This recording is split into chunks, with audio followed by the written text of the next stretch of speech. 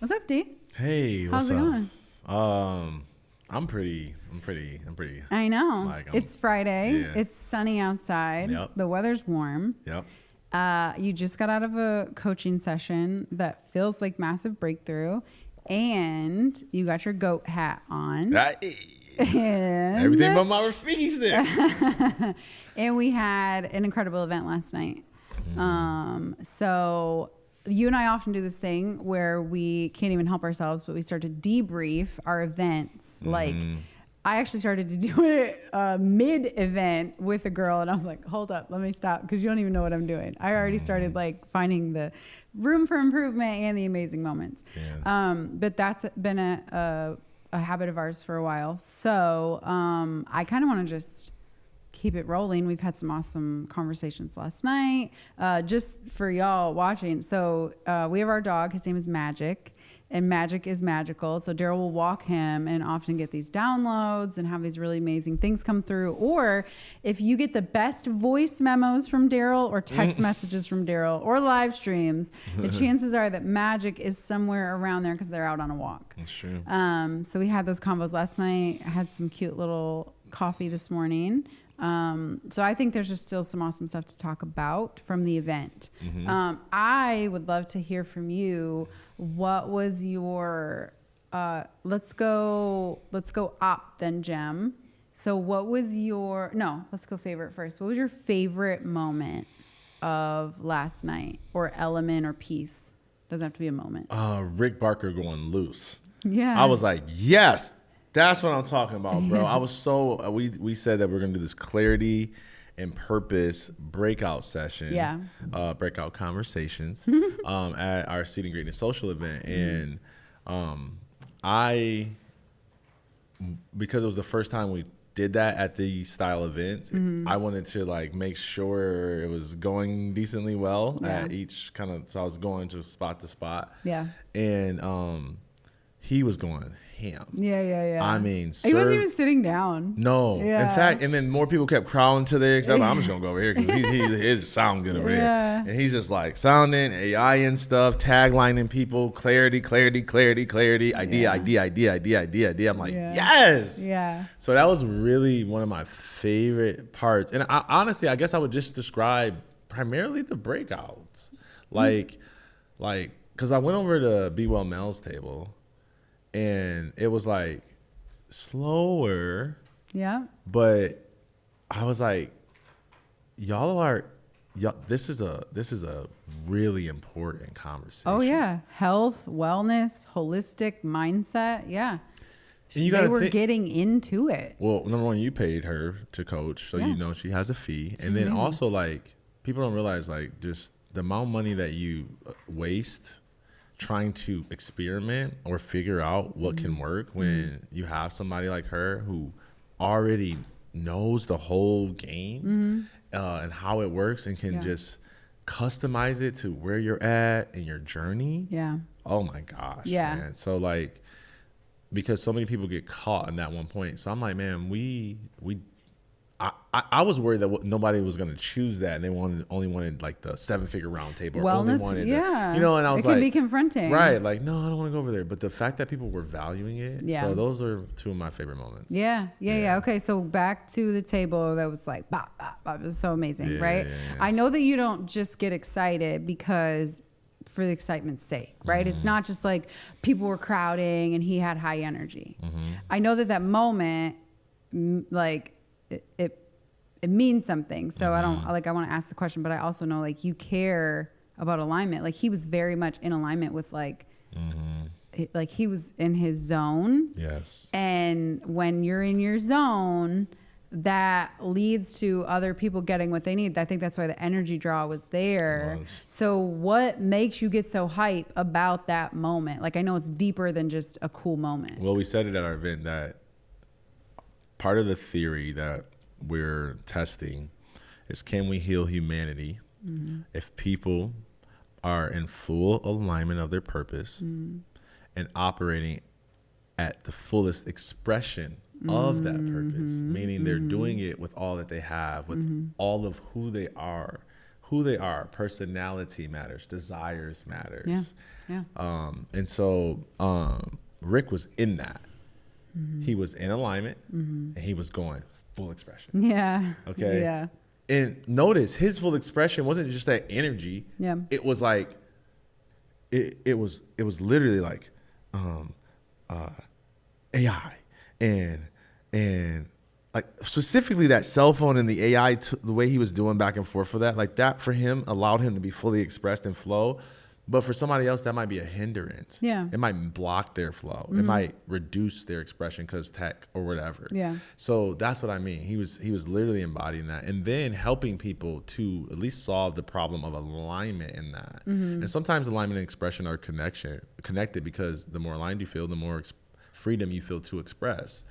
And so, you know, he was helping with that part as well, but I think it was primarily in that clarity bucket. And so that helped a lot with alignment. So I think because it was literally doing the thing, because I know that if a person is aligned in their purpose, that they're going to have true, real divine impact in the world. Yeah. And that is how we solve our problems, because when the world has problems, God sends a person.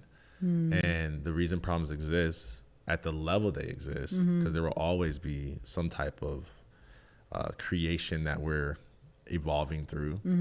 But he sends it's because somebody's not operating in their purpose. Somebody's not healing when they're supposed to be healing.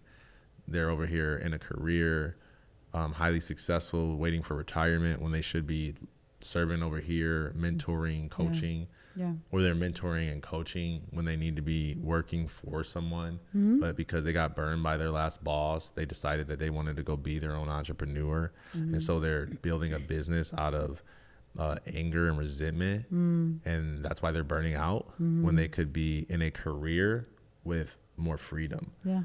Emotionally. So that was happening in that. And then I could say the same thing about Be Well. She was in alignment. She was in expression. Notice Rick was da da da da. And it's not that Mel doesn't have high energy, but she's like yoga in the part. She's like, I have to know what your health thing is so I can help know what's going to be helpful for you and your family. So her expression was still full, but it was in alignment for the assignment that she was doing. You know? And I can say that pretty much about everybody. So I just really like that portion. You know, I think the other two breakouts we had needed more, you know, direction from me. But we'll work on that. Yeah. Okay. So what do you feel like is your greatest purpose with alignment and expression? What I feel like my greatest purpose is in alignment and expression. It's not that I don't have an answer. I want to give something that I feel like is relevant to people to understand. The truth is, and not just all of our purpose cannot be explained with human language. There's not human language to describe it. It's divine. You think that's why people get frustrated trying to find their purpose? Yeah, they're like, you don't find a purpose, you just are one. You know? Yeah. And so they're like trying to like be a construct of a career or be a construct of a, you know, brand statement. Yeah. These I help people do X, Y, and Z statements are so limiting to people. So keep going. But they gave a generation clarity that they didn't have. That's true. It was a framework that helped them to seek clarity. That's true. So it's a building block. It's extremely helpful, and I use it as a tool. Like I help people so that all the time. Yeah. But I'm not confined to that. Yeah. So I say this to people when people ask you, what do you do, or what's your purpose? What they're really trying to say is like, can you help me with something in my life, essentially? So I'm trying to contextualize it to who I feel might be listening right now. Because the truth is you should be able to describe you in many different types of way. When they asked who is Jesus is, you know, some said he was a carpenter, some said he was the Messiah. You know, he even asked the people that was the closest to him, who do you say that I am? You know? So Teacher, how is it rabbi, that the people who are closest to you don't even know who you are because you're way too complex to describe when you're operating in full alignment and full expression, because you got to be the Messiah and the rabbi, you got to be the priest and the carpenter, you know, because that's your assignment and that's your alignment in full expression. So when you are really aligned and fully expressed, there's not enough human language to describe you. Like, even if you take it out of like big brands, yeah, and you put it into like a single mom who, let's just say, she's never gonna launch a book, she's never gonna do like some of these things that we think are big accolades or have some big crypto investment or something. Let's just say her purpose was to raise whatever child she was raising. Mm-hmm. Let's just say that child was not the next Dr. Martin Luther King Jr. Because that people are like, oh, that's the purpose. No, let's just say they were just a regular normal kid. citizen. Yeah. Okay. But how they shaped that person, Mm-hmm. what they deposited into that person, and the ripple effect of that That's what I was thinking. Yeah, ripple into effect. humanity, Yeah, is a really big deal. mm-hmm. Is a really big deal. Mm-hmm. And I think my life is one of the biggest examples, Mm-hmm. because I was suppressed, which is the opposite of expression. Yep. And then I was misaligned massively, but I was highly successful. Mm-hmm. So no one noticed. But you would have never said during your football career that you were misaligned. Yeah, I would have. You knew that. Yes. Deep down. Yes. That's why you were suppressing so much. Yes. Mm-hmm. Mm-hmm. So how do we face that without having a rock bottom moment where life forces you to face it? How do we choose to face it? I think you have to, before you choose it, you got to start with this paradigm. You're created for purpose. Mm-hmm. There's this pressure when you get ready to let go of those constructs. You don't have your I help statement. You lose your career. You're actually open to the pivot. That you're like, Darryll, I lost my thing. I lost me. I fused my identity with my activity. I fused my identity with my career. I fused my identity with my relationship. I fused my identity with my brand. I don't know the difference between me and it, because when it's not successful, I don't feel successful, because so much of it is entangled in me. Yeah. And when you understand that we are spiritual beings, it's very much true. It is an expression of something that you got going on inwardly. Yes, yeah. That was a big unlock for me, because we used to do this purpose discovery stuff a lot. And I was always, and when I would lead people through it, if they landed at the end of the road of a label that they didn't really want, it was like, oh, it kind of feels like a dead end or like a failure. Like, do I have purpose? And that's the worst thing to feel when you try to go discover your purpose, is like, the coach couldn't help me, so I must not have one.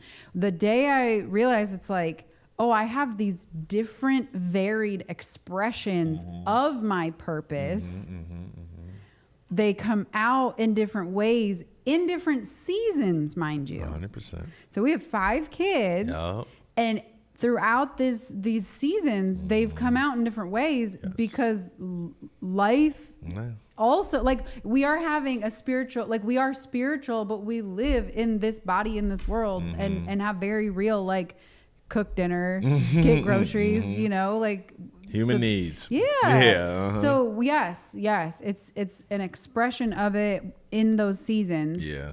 And I think that, like, separation of identity from these other pieces is so big. Yeah. When we when I started doing this work more, I guess it was like 3 or 4 years ago now, that was one of the biggest things that meditation helped me with. Because the slower I moved in my mind, I was able to separate me from it. 100%. And that's such a huge step. It's a big step. Yeah. That's a big step. And we probably lost some people if we, because teaching it don't work a lot for me. I have to say, let's breathe. Okay, breathe. Slow down. All that stuff that's going through your mind. Yeah. Let it go. Yeah. Just focus on your breath in your nose, out your mouth. And you just do that for like 5 to 10 minutes. Start letting. What happens is, like, they've ran through so many thoughts that now their spirit's tired of their physical. If you only do it for like 2-3 minutes, you don't get tired of it. You just are still in the running of the subconscious worry pattern. So you have to slow the engine down. Yeah. Okay. Yeah. And then about 5-10 minutes of that, you'll start realizing like, man, I'm tripping. I am tripping. Like, oh. And then you're like, hold on.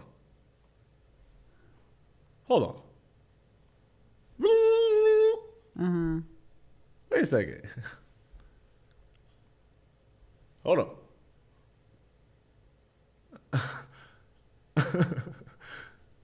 Why am I thinking this? Yep. I need my Rafiki's thing. What do I actually want to think? Uh-oh. Wow. When you start thinking about what you're thinking about, wake up time. that's a big day. What do I actually want to think?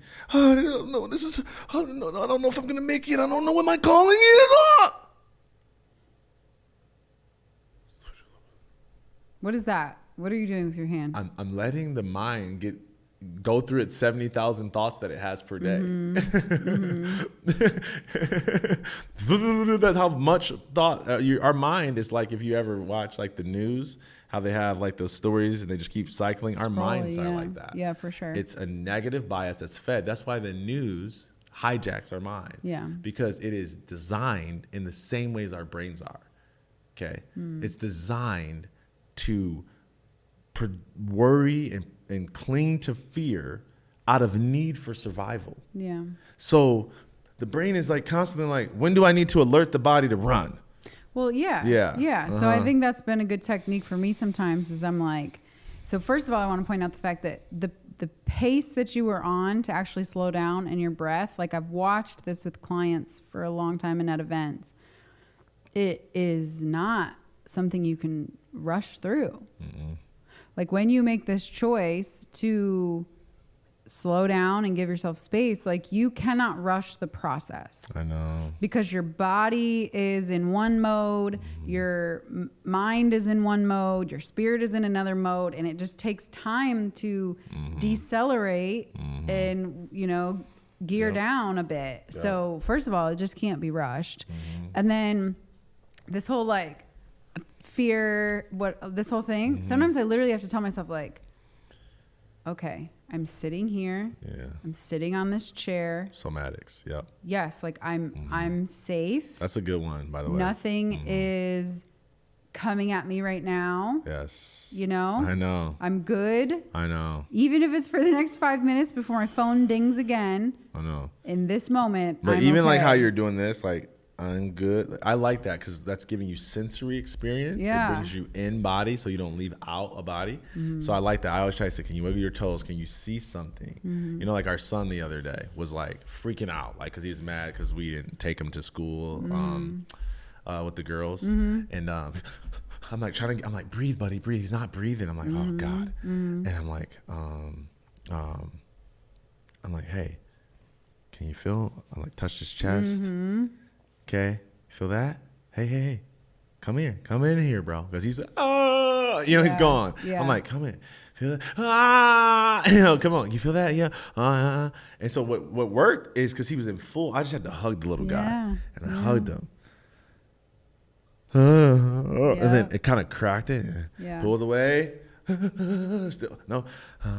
You were like a weighted blanket for him for a second. Yeah. I said, breathe. Now he always knew how to breathe. Yeah. But in that pattern, he couldn't notice he wasn't breathing. He thought every time I told him to breathe, he was breathing. So I had to use sensory experience to bring him in body. Okay. And then when you're doing, you're like, huh? Yeah. I see a lot of people do that. And the reason why I paused you is because I want people who need that sensory experience to do it while breathing.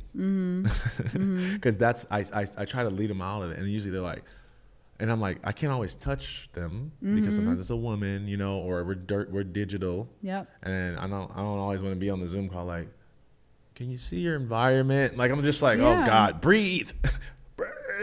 Okay. So if we know we need sensory, if we feel our pattern, start to see what can I feel in my body. Sometimes it's a toe, sometimes it's a something. And if I can start to use that sensory to bring myself back in body out of trigger, okay, it's easier when I. So you were going. I wanted you to go. Mm-hmm. With the breath. Yeah. I love this because we just lily padded all the way over to where we hopped and skipped from where we started. But I think that it's the through line is very much we are humans. And we've been having this conversation a lot with our community. Yeah. About being human. Now we use AI and we use tech and we use screens and all those things as support systems, but we got to be in a room last night with like 60, 70 people, probably more than that, in a room, in the flesh, in real life, having real life conversations. So so the point is sometimes it can feel disconnected, but we are building something that is very human centric. And to take it a layer further, it's like you can go online and find help, or you can do research and find help or whatever. But the point of the room is connect, collaborate, collapse time. Yeah. Okay. I'm down with both. Condense or collab. Time. But the point is, if you connect with humans, you collaborate with humans, and you collapse time. Something that may have taken you 10 years can happen in one day. We can heal humanity. We can heal humanity. Yes. Right? It's a community. Yes. And the unity in it is something that I want you to talk about, because that kind of bubbled up throughout the last 24 hours. The unity of it. The unity was just like...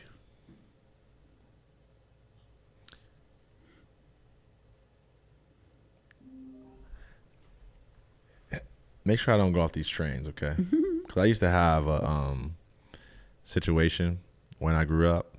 Because some of this highly triggers me. And I think sometimes we try to get rid of triggers instead of learn how to work better with them.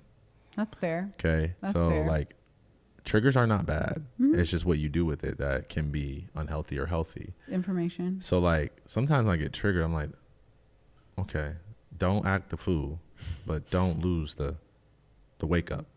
So that just triggers something. And I'm like, man, why am I so... Something I just said or last night did? Just how hard it is for me to get to answer this question for people. Because I've tried 100 times and I don't think I don't think I'm saying it well enough. Okay. So I'm gonna try through the form of story where I feel like it origins from. Okay. Yeah. It's not a good start, but there's a lot of fights when I grew up. Okay. And there were always two types of fighters. There were real fighters, and there were talkers who only fought because they were afraid of embarrassment. And most of the times, the talkers who only fought when they were afraid of embarrassment didn't really want to fight. They wanted to be studying or something. Okay, the fighters wanted to fight. You know, they were just looking for a reason to fight. You know, they'd fight you because you looked at them wrong. You know, what?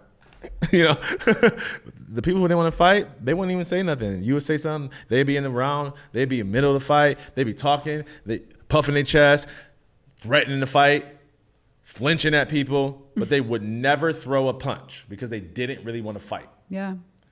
And that always used to frustrate me because every time people were about to fight, there'd be this big crowd that gathers around. Everybody be like, oh, it's about to be a fight. Oh, hey. And then they sit there. Say one more thing. Say one more thing. Say one more thing. I'm like, say one more thing. We're all waiting for fight. I'm about to just go up there and just grab your arm and be like, whoop, just get it clapping. You know what I mean? And so we have, I hear people a lot. Oh, collaboration. They're not collaborating. Is this the rails? You want me to help you? I'm on the rails. Okay. There's people, entrepreneurs, saying they're in a community. Okay. But they're in a coaching program, not a community. I agree with that. They don't feel seen. And I'm not saying don't be in a coaching program. We have coaching programs. Yes, we do. What I'm saying is don't think that your coaching program is the same as a community where you're seen at the highest level, unless that's how they run that community. People say they want to make an impact. Okay. But every time I read the data, I don't see a difference. Okay. Between the talkers and the fighters. I'll give you one big major example. Okay. Big major example. I've been speaking for 12 plus years. Okay.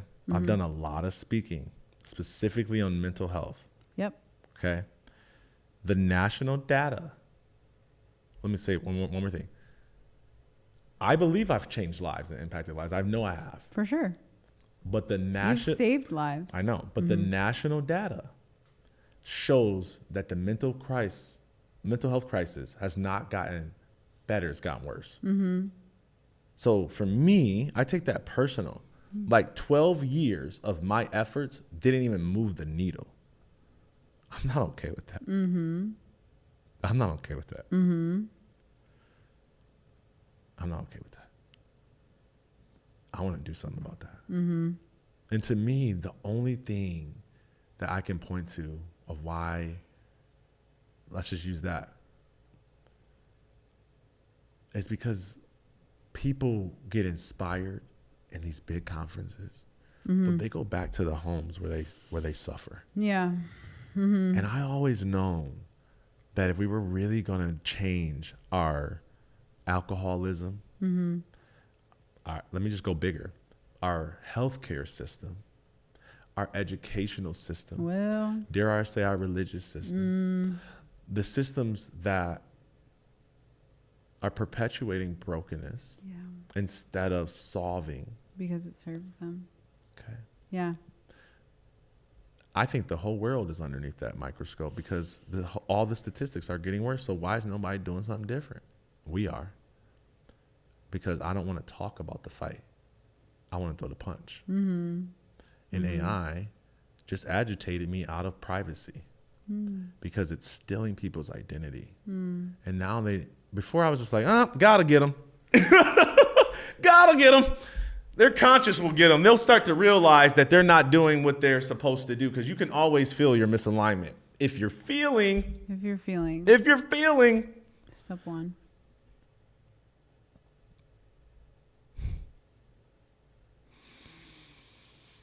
Bring me on the tracks. I'm going to land it. I'm right here.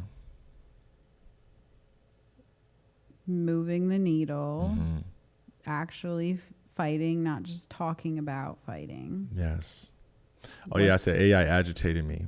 And I said it threw the punch. And when I started to notice that people were losing their ability to discern, when they were like, I told you one of those moments. I was in this, oh my God. I never do a ride share with somebody. I don't think I can count on like 2 or 3 fingers. Yeah, where you did a shared ride in an Uber. I did a ride share because I felt like I was supposed to do that. For whatever reason, God, after I got back from a gig and a long trip, the ride took forever, like ride shares do. I get in the car, of course. It's a girl. I'm like, oh, God. I didn't even tell you I did a ride share this night because I was just obeying God. I'm here. I'm talking to this person, this lady, this woman, and she literally says, I'm here looking essentially for community, want to get into speaking more, really want to mentor or coach. And I was like, this is a divine setup. Because you're an amazing speaking coach. And for I'm those in who your don't know what ride we share do. and I run a community. Yeah. And I'm like here to help you. Yeah. That lady, for a good part, was like, oh my gosh, this is like, she knew it was a God moment. And when I was like, oh, okay, cool, let's connect, whatever. She was like, yeah, I just, I'll look up your social. And I was like, what? You can't discern God in the moment? You gonna go to social media to see if this is God? So the online world felt more real than what was happening in that moment. Wow.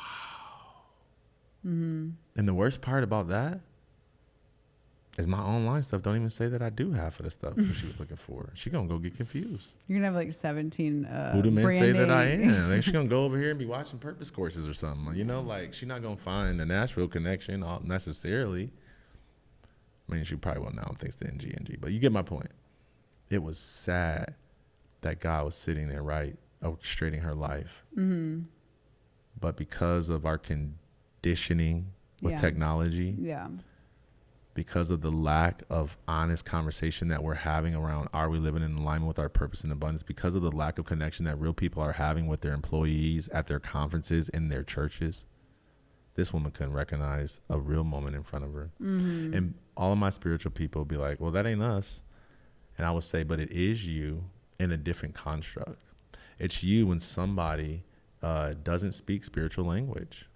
Yeah. Okay. Mm-hmm. Like I had a guy at the end of our event last night, and that was just like, hey man, you guys are trying to solve loneliness. I don't really think that's a problem. I think homelessness and hunger and people in third world countries who don't have access to clean water is an actual problem. Which they are. And I said, I agree with you. Yeah. Right. And so, but what the conclusion was that, oh, I'm not with y'all. I see it differently. Mm-hmm. We're separate. It wasn't, I see it differently, but I connect with you on these 80 other things that I do agree with. Do you agree with healing humanity? Mm-hmm. So when you asked me about this unity thing, mm-hmm. for me, it was like, I want people to put their money where their mouth is, their effort where their words are. And if we say that we want to make an impact, then we know the only way for us really to do that is to do it, number one, put your own air mask on first. Yep. Full alignment, full expression. Yep. Okay. Nobody's perfect. So you don't got to be 100% on each, getting an A+ on each. You just have to have the heart to want it all. The commitment. Okay. Yeah. Mm-hmm. That's one. Okay. Once that's happening, dang it, lost my train of thought. What's two? Help me. Unity. You were saying unity. Mm-hmm. Can we agree on this at least? So. Oh yeah. Thank you. Full unity, full alignment and expression of your purpose for your own self. Yeah. And then after that, the multiplier. Yep. Be fruitful. Be fruitful first. Be you fully. Yeah. Be fruitful. Produce. Mm-hmm. And multiply. Yeah. 1 can set 1,000 aflight.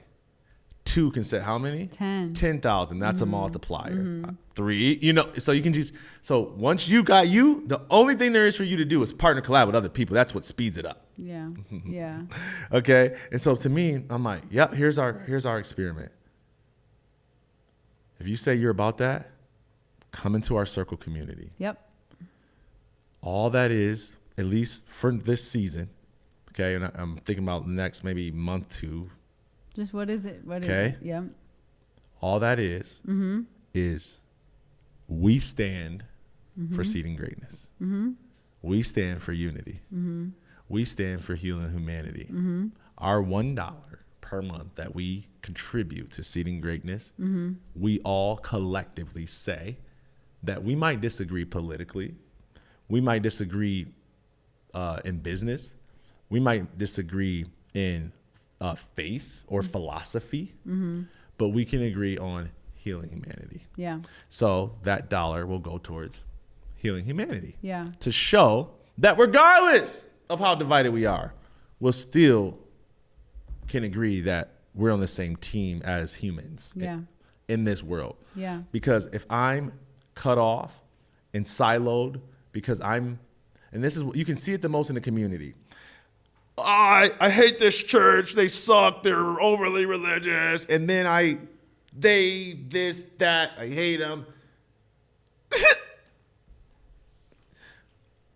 And then you go to the same grocery store. And you're like hiding at your own grocery store. I've done that. Because you didn't want to go to that church? Because I don't want to have the conversation. You don't have to have a conversation. You're saying, but we can be human and be... Well, human, man, it's a grocery store. Hey, hope your family's doing great. Yeah. Hate your philosophy, but like thrive. Yes. Because the only reason humanity's suffering because somebody got offended and said, no, thrive. I survive, me and my own, kill or be killed. I hoard it over here. I create a monopoly. I don't give. I don't serve. I got burnt last time I served. And we start holding and hoarding. That's why recessions happen. Fear and scarcity. Fear and scarcity. The money goes nowhere. In fact, in many recessions, they print more of the darn thing. There's more money in those time periods because they're trying to figure it out and create new stuff. So the worst thing we could do is shrink and stop and hoard and go and survive. Why? Why they become billionaires? No way. Open up, collab, innovate, ask. Oh yeah, invest. Oh yeah, that. And then now why did we succeed? Because the money didn't stop circulating. We stopped circulating, but not exceeding greatness. Mm-hmm. You can come into our circle community and circulate. Mm-hmm. It's time for the circulator. Percolate. That's the perk. I got Rick, the wealth coach. Amazing. Okay. Yeah. Yeah. Thank you. You're welcome.